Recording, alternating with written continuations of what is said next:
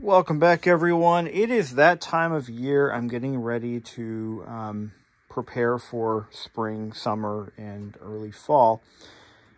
And lawn care is one of those aspects of homeownership that one must endure. For the past year and a half or so, I've been using this 1988 Toro that I had... I'll give you a little backstory. Try not to make it too long. This is going to be a long video, so just be prepared for that. When I bought this house, I bought a brand new leftover 2018 Toro lawnmower with the recycling option. So it's a mulching option and a what they call the personal pace self-propel feature. So you push the handle down and it moves the machine. The harder you push the handle, the more it moves. Had a Briggs & Stratton engine on it, and it was a good mower. I used it for about 2 years or so. And then I actually I got a call from my fiance's mother-in-law saying that her lawnmower was, it had some issues, and she wanted me to look at it for her. So this is what she showed me, this beautiful 1988 Toro, but it wasn't as beautiful as it is now. The mower was a complete disaster. It really needed everything twice. It was in rough shape, but it still started up and ran. So I decided, you know what, I'm gonna do something nice for the woman who will become my future mother-in-law, and I gave her my Toro, and I fully serviced it, sharpened the blade, did the full engine service, oil change, the whole nine. And then I gave it to her. And I took this in trade with the intention of scrapping it. But I kind of felt sorry for the little guy. It's like a sad puppy. Deserved better than that, right? So I rebuilt the damn thing, except for the engine internals. But everything else was essentially rebuilt. Even took the deck down to bare aluminum and completely refinished the deck in a Rust-Oleum red. I used a bonding primer, a self-etching bonding primer, SEM self-etching bonding primer. And what that did is it gave me a nice, strong base coat for the Rust-Oleum red, which was then top-coated with a catalyzed clear coat. Beautiful. And the paint job has held up phenomenally well. I used this mower for, was it 1 season or 2? Time just slips by, I've gotten some use out of it. And I'm finding that it runs a little rich. But the worst thing is the engine internals, the rings are getting worn out. The valve seals are bad. It smokes on startup, blue smoke. And you can taste the oil that it's burning throughout, coupled with a slightly rich mixture. The carburetor is pretty much worn out, should be replaced at this point, and I can't find a carburetor or the rebuilt parts to make it new again. But even still, there are certain components that will be necessary to replace for the purposes of rebuilding the engine that are not available. For example, the head gasket, you can't get them anymore. This engine was built under contract for Toro by Suzuki, alongside its two-stroke cousin. Long story short, this mower is worn out. I have replaced most of the wearable components on the deck, the wheels, the belts, the entire blade clutch system, some of the cables, 2 of the cables, I believe. Throttle and the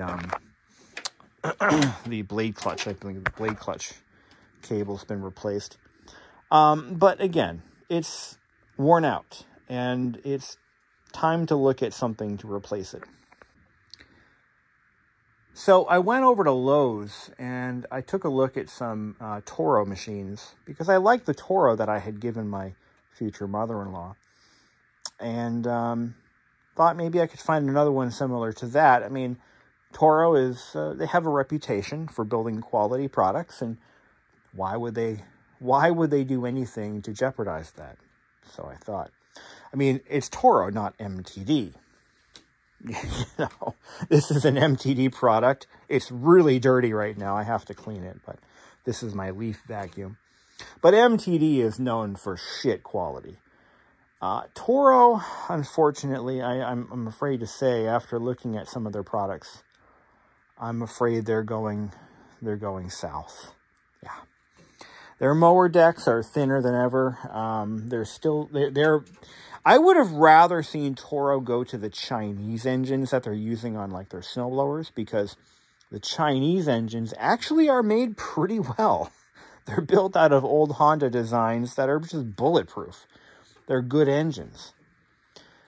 But, you know, they went with Briggs & Stratton, which I'd be fine with if Briggs & Stratton built the same quality engines that they're known for. But, you know, the 90s are over, as they say, or as they tell me. And, well, I decided to spend a little extra money, just a tad, and get a mower that should last me 10 to 15 years. If you read the title, you know what I bought. So here we go. Feast your eyes on the Honda HRN 216 submodel VYA. This mower, sadly, has been discontinued. In fact, Honda has discontinued their entire consumer line of lawnmowers. They just can't compete in the race to the bottom and the electric mower market. A lot of consumers these days are more price conscious than ever, and they are shopping on price alone. And Honda doesn't do bargain basement. Honda charges a premium for their machines, and as a matter of fact, not that much of a premium. Maybe $100 more than an equivalent Toro, for example. But what that $100 gets you is a 3-year warranty, I believe, on the whole machine for the consumer market, and 1 year for commercial. It also gets you a very well-built, well-engineered product. Get them while you can. They're available for 2024. In fact, I could have found one of every version of this mower except for the top-end model. I wanted to buy the top-end one. Can't get it. Nobody's got them. So this is the HRN 216 is their steel deck. Call it the lower-end consumer mower. And then there's the HRX, which is their... Christ almighty, I can't think of the name, but it's like a resin or maybe a thermoset plastic or something like that. It's a proprietary plastic or composite material that Honda has patented, I believe. And it's allegedly extremely durable. And I was looking at those too. They're just a tad more money than the steel deck models, but I have read reports that the plastic decks, I'm just calling it plastic for the sake of simplicity, the plastic decks have a tendency to crack as they age. Brand new, you could park an RV on the damn things, but give it a few years and plastic does what plastic does. I'm going to go ahead and cut to the unboxing and first startup of this machine, and then we'll continue on our discussion. I don't know why there's Pringles on our lawn. It just happens sometimes, I guess. All right, this is what I ended up with. This is the Honda HRN 216 VYA, which means that it has the blade stop feature. So this is one model short of the top-end version of this product line. The top-end one has an electric start option. I tried to get one, but they are no longer available. This one is a little less common. Most of these are the non-blade stop models, which is what I bought previously to this. Oh, we'll talk about that too. We got a lot to discuss. let's get this thing out of the car and get it out of the box. So while I bought the first one at a Home Depot, I decided to support my local family-owned Honda dealer for this one. Not only that, but Home Depot only sells poverty version of this mower, and this one's just a little bit nicer. So the mower pretty much comes pre-assembled. I've already unboxed one of these, so everything's pretty much ready to go. Just got to put the oil in. Okay, that was easy. No oil in engine. Duly noted. This is all the box from the other mower. We'll talk about that, I promise. I'll get into it. Fuel shut-off valve. Tank should be empty. Oil should be empty. Ooh, it's tight. Ooh, ooh, shit. What the hell? Ah, there we go. Okay. There's actually trace amounts of oil in there, but that's all right. So Honda engines are run of the factory for an initial testing, I guess. Get the oil in there, get the bag put together. Just dump in the whole bottle. This is break-in oil. This is not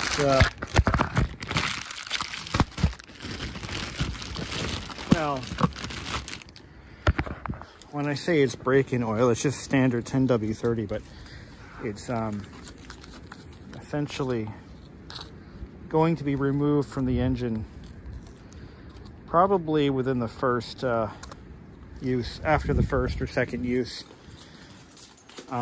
It was recommended by another YouTuber who's a Honda mechanic, apparently, or at least a small engine mechanic. So we'll go glug, glug, glug. Before we put any gas in it, let's take a look at this tank. So it is actually a double molded tank. So there's from what I understand, most plastics are gas permeable, and over time will seep out emissions or fuel vapor. It's a real thing. It's nothing new. This has been known for years. So Honda's tanks are double, so they're like double molded or mold over. So you've got your maybe like a special gas or layer that is not gas permeable with a structural layer molded on top of that. I think I've heard of that being done. That's for emissions, believe it or not. Okay. Also, make note that there is a mesh filter at the bottom of that tank on the pickup tube.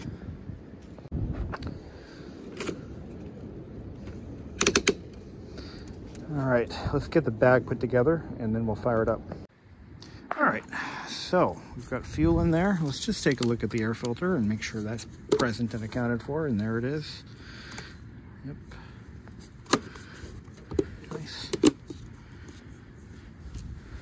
All right, oil's in there. This is this model has a throttle, so we have to put it into bunny mode. That's run, slow, and off.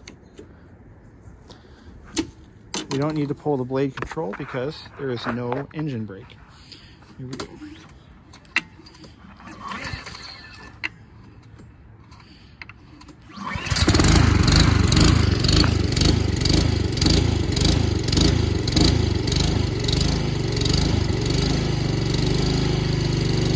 There it goes, nice and smooth. It's quiet.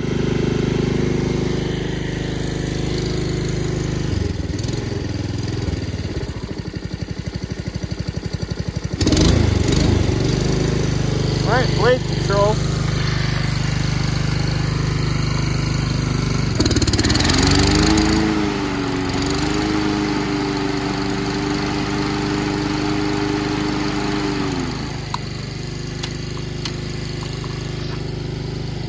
self-propel.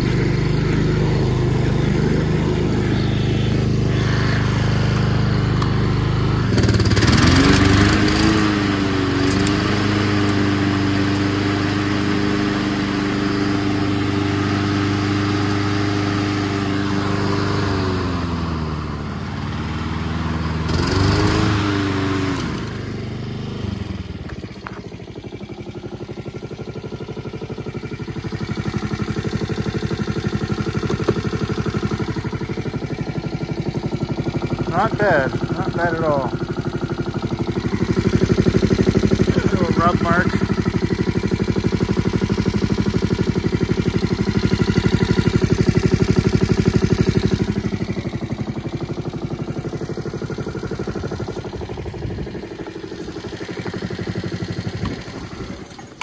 Oh, it's not.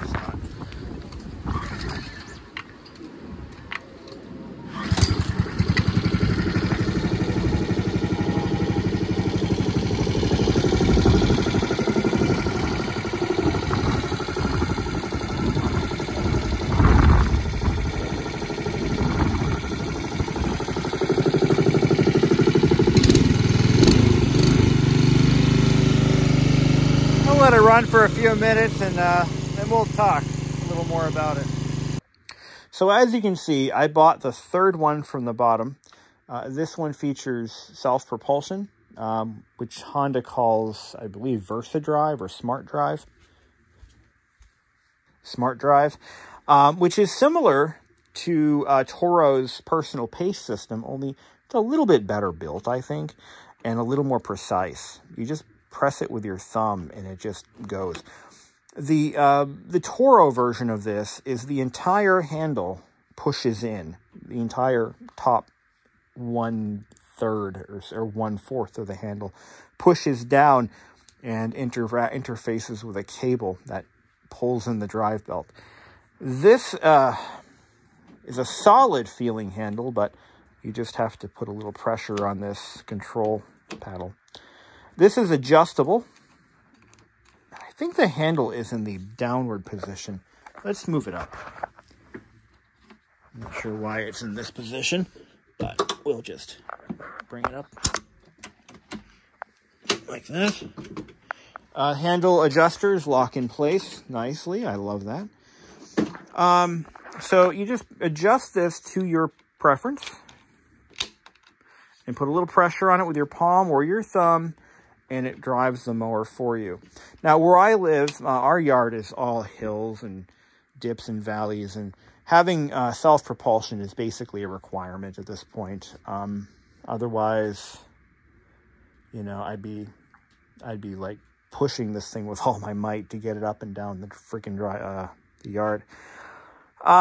So one feature this has that makes it a more premium model is it has a blade clutch, as I demonstrated in the video. The blade clutch is a completely different design from the Toro. I'd like to show it to you, but you can't really see much underneath there. So you'll just have to take my word for it.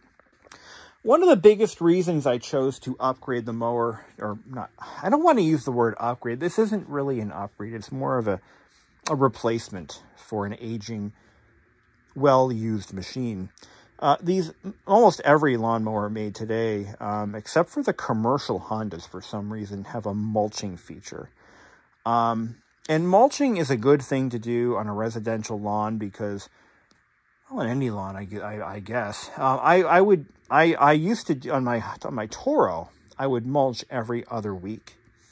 And then every other week, opposite of that, I would bag the clippings. But what mulching does for you is it gives you nice, finely chopped grass that forms like a bed to keep moisture in the soil and to help provide nutrients for the grass.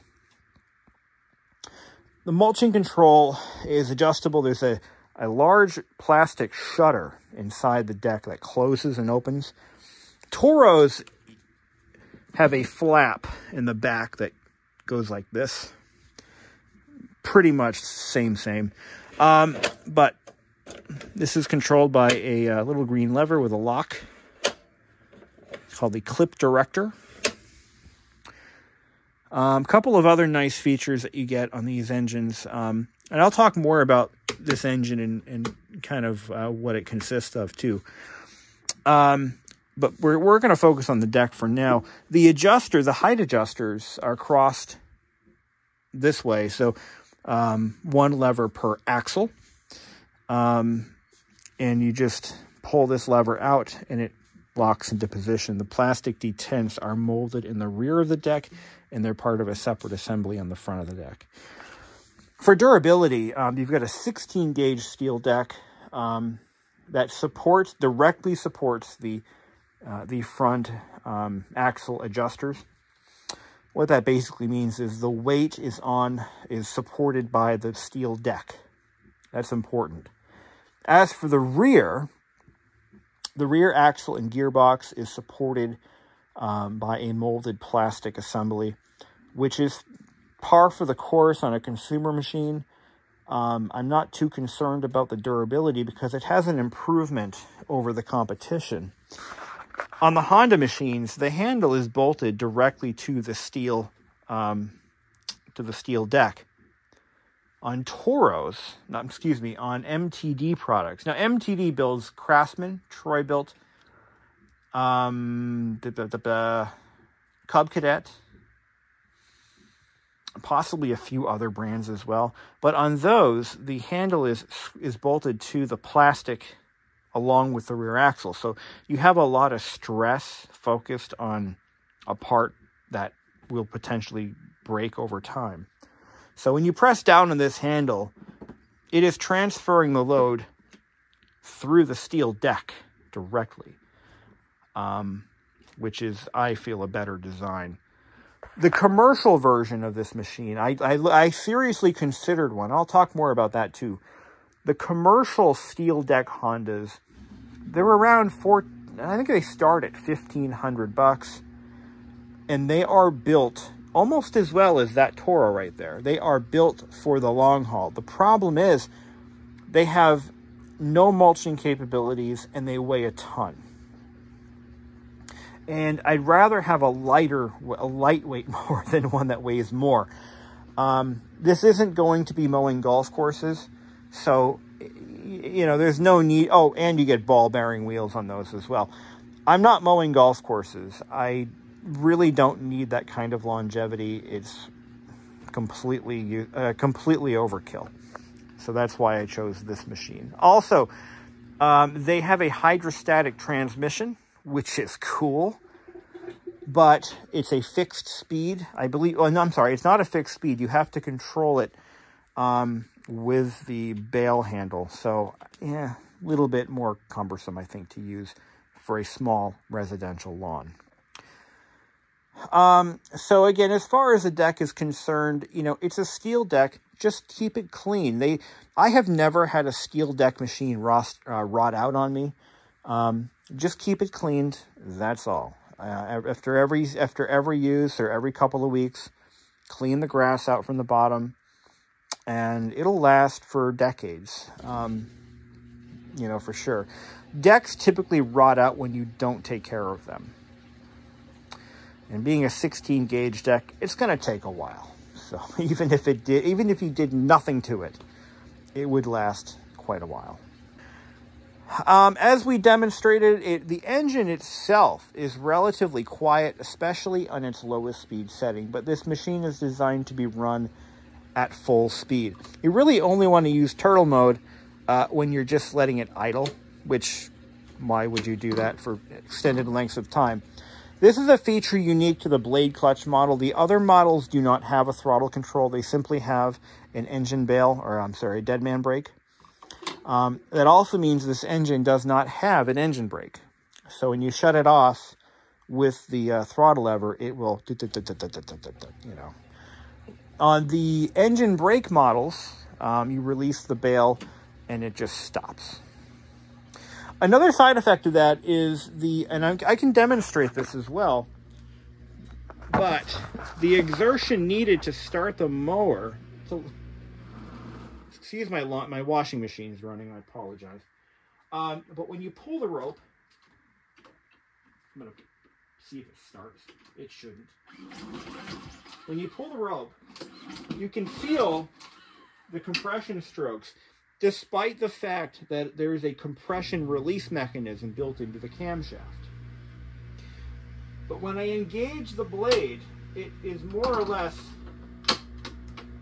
going to have a feel similar to the non-blade clutch models, the standard models, and it pulls a lot smoother. Okay?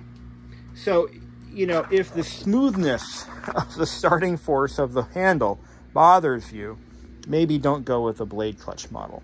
But as with any lawnmower, the weight of that blade, and it's a heavy blade, it's got two blades. There's two blades, by the way. They're set at a narrow angle and in an X form factor. Excuse me, an X formation. There are two blades in this machine, and that is how it mulches. So what you want to do, if you do want this model, just engage the blade and then start the machine. It does make it easier to pull. Blade control, because of consumer protection and all that, they don't want 2-year-olds walking up to this machine and just going like this and chopping their precious little toes off. So I believe the consumer protection authorities, or whoever's in charge of power equipment safety, and by the way, I'm not against this, because those regulations have saved limbs, fingers, lives. Okay, if it saves a couple of lives, I think it's worthwhile. I remember using mowers when I was a kid that had no safety features of any kind, and in the wrong hands, those machines can be deadly. Things happen. Lawn darts, for example. But let's not focus on that. So in order to engage the blade, there has to be a 2-step process. Unlock it here and pull it here. It's that simple. In fact, this machine would, in a way, this machine actually complies as well, even though it's 35 years old. To engage the blade clutch, you can't just pull this. You have to pull down and then pull to engage the blade clutch. And this has a very powerful spring behind it. This is fatiguing to use. You can hear it release abruptly like that. Okay, let's talk about this engine, the GCV 170. The GCV 170 is rated for 8.6 horsepower and 4.2 pound-feet of torque, if I recall. I think I got that right. It is, so Honda actually went from their overhead cam engines, which were problematic. They had what was called a wet belt, timing belt, to make that all possible. So inside the engine, there used to be a timing belt that would drive a plastic cam gear that would have been mounted right at the front of the head, just like a motorcycle engine, if you will. Only they could have used a timing chain, but hey, costs and all that. But anyway, Honda did away with those engines. They were problematic, and I think they got a hit in their quality rankings for that reason. So they went back to a more traditional cam and block design. So there is it's a plastic camshaft. I know that's going to scare some people, but plastic camshafts have been used successfully in outdoor power equipment for roughly 2 decades now, maybe longer. I know Briggs has been using them. I think Tecumseh used them in some of their engines. Honda's been using them as well. So you've got that camshaft. It's actually mounted at the bottom of the bottom of the sump. It is splash lubricated. There is a right on the governor gear, which is also plastic. It has paddles molded into it that splash the oil. Most vertical shaft engines are built like this. The Suzuki on that Toro over there actually has a pressure feed oil pump, which is really cool, but really costly to make, especially on a commodity item like this. It's also really not necessary.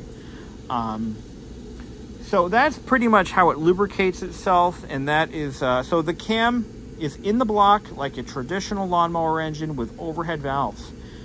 So they kind of went a little bit back to basics. I read somewhere that when this engine was designed, I think it was released around 2019 or 2020, the goal was to reduce the weight, reduce cost, so they cut a lot of parts out of these engines, and they probably made the engine more reliable and easier to fix at the same time. The carburetor is an aluminum-bodied Mikuni. No, beg your pardon, it is a Keihin. I meant to say Keihin. That's a Mikuni. This is a Keihin. It features a fuel shutoff valve, which I will demonstrate. I think I demonstrated that in the video as well. And unlike Briggs & Stratton, they're using a more traditional pleated air filter, like a panel type filter, which these are ubiquitous in the power sports industry. Very simple air filter, easy to change. I have not used this machine, obviously. I just bought it today. And from what I have been reading, they are a great mower for cutting grass, which is, I just realized what I just said. It's a great hammer for nailing in nails. Anyway, they're a very fine mower for the quality of the cut. That's what I meant to say. And to lay down stripes, you have this fairly rigid, replaceable rubber flap in the back. Yeah. What else do you want to know? So there's one model above this, and that was the one I was actually gunning for, because I mean, if you're gonna go gold, go gold. I mean, just a few dollars more. Has electric start. I searched high and low in my area for one. I could not find one. Retail, this particular machine retails for around $700, I believe. Out the door, it was $650. So apparently they're running a promotion of some kind. It might even be more than $700, but I believe the MSRP is indeed $700. And I got it from a Honda dealer. So let's talk about that for a moment. So if you go to Home Depot, you can buy the lower end model of the non-blade brake version of this mower at Home Depot today, March 29th, 2024. You can buy the same machine for the same price that the dealer sells that same machine for, which is $550. This one's $650. The only difference is, if you buy it from a dealer, you're more liable to get better service if you need warranty work because you bought it from the dealer. I mean, I know that's reality is reality, but it is the same machine. Now, the Honda dealer, after I walked in the door and said I'm buying a mower today, they still told me that, oh yes, it's good that you came here, because while you can buy the same machine at Home Depot, it's not the same. No, excuse me. They tried to tell me that it's not the same machine. That there's some difference. There's something about the Home Depot machines. They're not as good. I do know for a fact that this is true for some products. Like, for example, there was a recall on Ariens snowblowers that only affected machines sold through Home Depot, because they used a lower quality, I believe it was the friction drive wheel. They used a cheaper drive wheel on the Home Depot model. So I know this is a very real thing. I'm not sure I believe it for Honda, because why would they, what on earth would they have done differently? So I actually had And full disclosure, this is the second HRN 216 that I purchased this week. I didn't tell you that, did I? Or did I? I don't know. I bought an HRN 216 without the blade clutch, the lower end model of this, at Home Depot. I even paid for it at a self-checkout. Brought it home, unboxed it, made a video. I've already done this video, by the way, on that machine. I was happy with it. It's a nice machine. I come downstairs 2 days later, and there's a puddle of oil right there. See that oil stand? Not a puddle, but there's oil on the floor from that lawnmower. And I brought it back to Home Depot. I got a full refund. That was very interesting. Because no one there knows anything about lawnmowers. They're not really sure what questions to ask. I just told them, I said, it's leaking oil. They didn't try to nobody at any point tried to make sure that there was oil in the machine, nor did they try to pull the cord to make sure that I didn't seize it from lack of oil. By the way, one of you guys needs to try this. Buy a mower from Home Depot, okay? Don't put the oil in. Just buy a cheap one. Don't put the oil in. Start it up without oil and let it seize. Make a YouTube video of it. Have fun. Then put the included oil in the crankcase. Bring it to Home Depot and say it doesn't start. See what they say. Don't tell them I told you to try it. Just see what they do. So I decided that, number one, if the mower is the same money at a dealer as it is in a big box retailer, I would rather buy it from an independently owned dealer. In fact, the dealer I bought this from is also where I bought the ADV 160. It's a Honda powerhouse dealer, so they have all the Honda products. They've got everything they sell, the power sports to power equipment. The benefit of buying it from a dealer, and I learned this, by the way, when I bought my Weber grill. The benefit of buying it from a proper dealer is that you do get better service. When things go sideways, they're more likely to take care of you. If you bring it into, for example, you bring it to Home Depot, they're not going to fix it for you. I mean, I don't know what they're going to do for you, but they'll have a contractor come in and fix it. They're not a service center. If you have questions about the equipment, they don't have the answers. You have to do all of your own research. Buy it from a dealer, it's the same money, and you're supporting a small business. So I learned my lesson the first time. I wasn't going to make that same mistake again. And to boot, I ended up getting a model that Home Depot doesn't even carry, the blade clutch version. So that's kind of a nice little bonus. Okay. Obviously, since Honda's discontinuing these machines, what will happen in the future when warranty? So it has a 3-year warranty. So by the time the 3rd year of the warranty comes up, the thing breaks down. What's going to happen to me? Well, one of the nice things about Honda, which is not true for a lot of other manufacturers, is that they make parts available for their equipment long after the sun sets on that product line. I can still buy parts for early 1980s Honda scooters without issue. At any Honda dealer, I can get the parts. These machines are only going away for the US market. It's far too competitive right now. Honda's not going to go and play with the electric mower game because it's just not profitable for them, from what I understand. They are primarily an engine manufacturer. That's what they do well. That's what they're known for.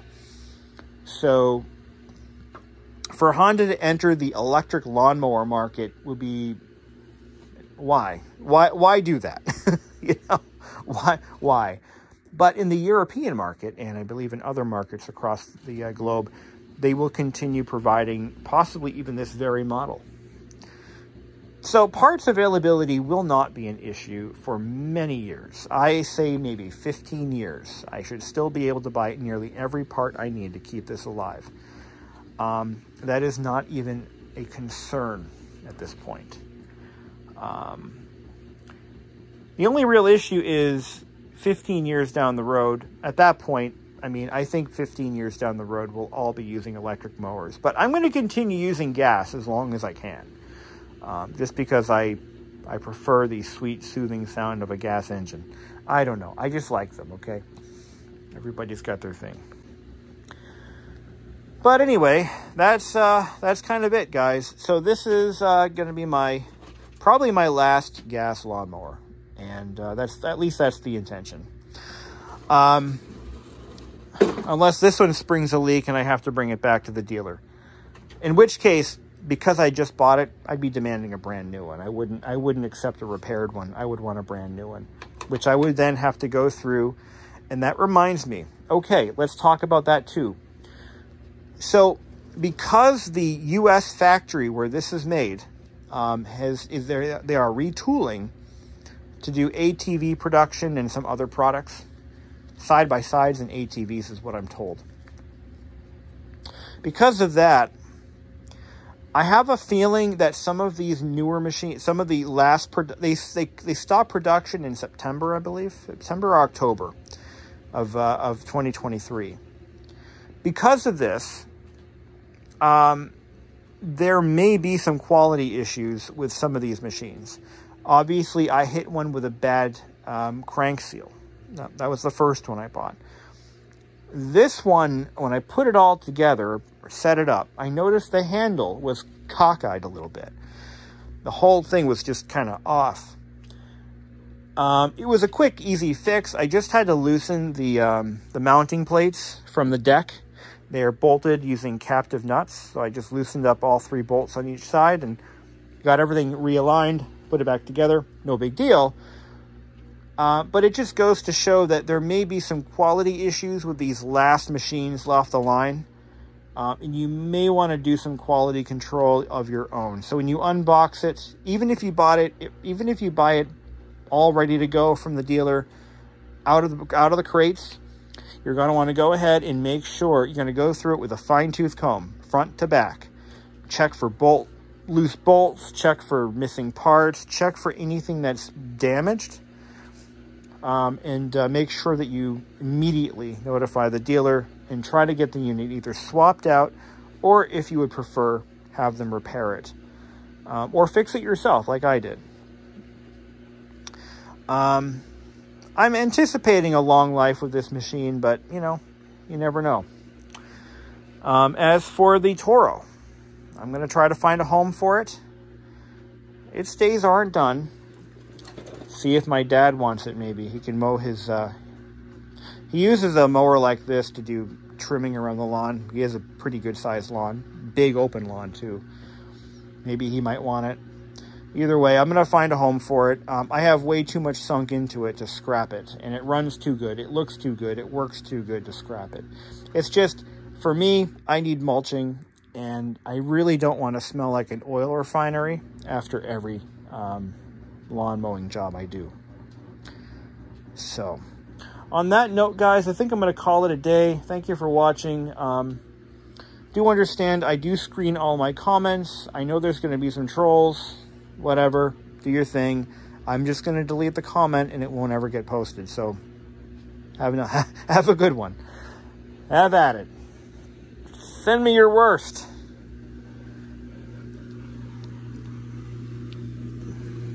I petted Tommy. He's been licking my feet as I've been filming. This little guy, he's just coming out of his shell, really, for the first time. We've had him for 4 years and got him as a kitten, and just within the past couple of months, he has allowed us, or me specifically, to touch him. Before, we couldn't even touch him. Couldn't come anywhere with it.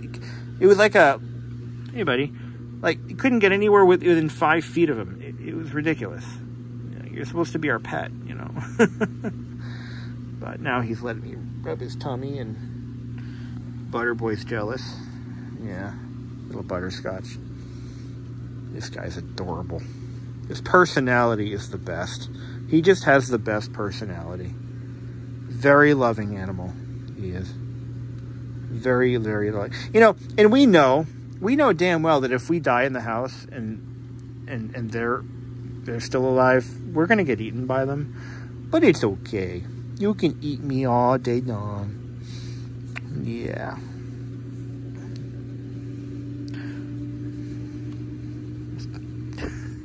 Kind of morbid thought, though.